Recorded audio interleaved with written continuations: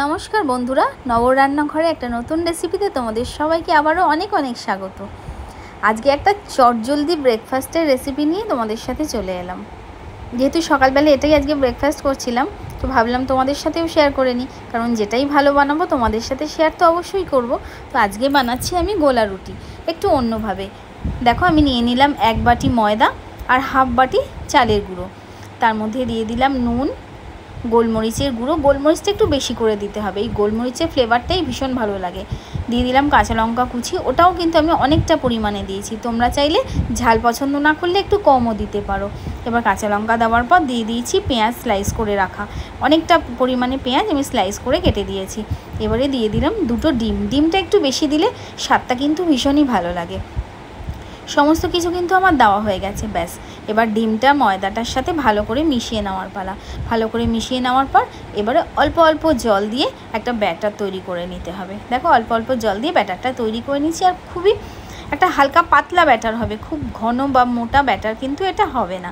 আর তোমরা যারা ময়দা খেতে চাও না বা খাও না বা অ্যালার্জি আছে, তারা কিন্তু এটাকে আটা দিয়েও করতে পারো, চালের গুঁড়ির বদলে আবার ওটসও ব্যবহার করতে পারো, বিভিন্ন রকমভাবেই করতে পারো কিন্তু। আর এটা খেতে দারুণ লাগে, অসাধারণ লাগে। দেখতেই পাচ্ছ কীরকমভাবে আমি ব্যাটারটা তৈরি করেছি, জল জলে মতন তৈরি হয়ে গেছে আমার ব্যাটার। এদিকে ফ্রাইং প্যান বসিয়ে দিয়েছি আর দিয়ে দিচ্ছি সাদা তেল।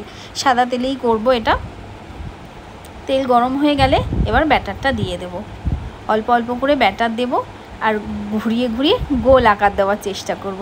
গোলা রুটি যখন গুলেও নিয়েছি আর গোল গোল আকারও দিয়ে দিচ্ছি, খেতে কিন্তু অসাধারণ লাগে।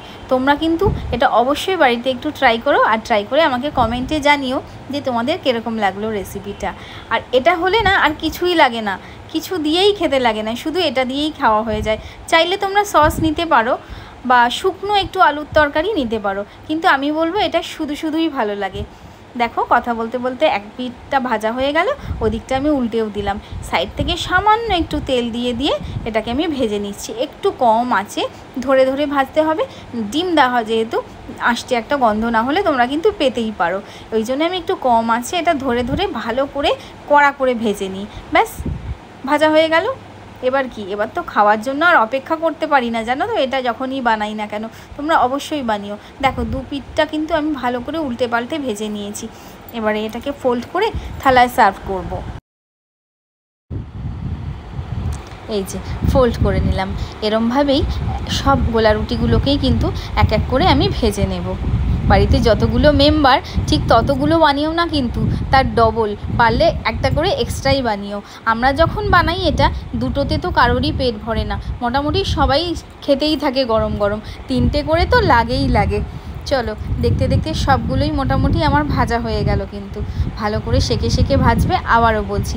আর তোমরা যারা এখনও নব রান্নাঘর চ্যানেলটাকে সাবস্ক্রাইব করোনি, তারা অবশ্যই সাবস্ক্রাইব করে নিও এরকম সহজ সরল রেসিপি দেখার জন্য।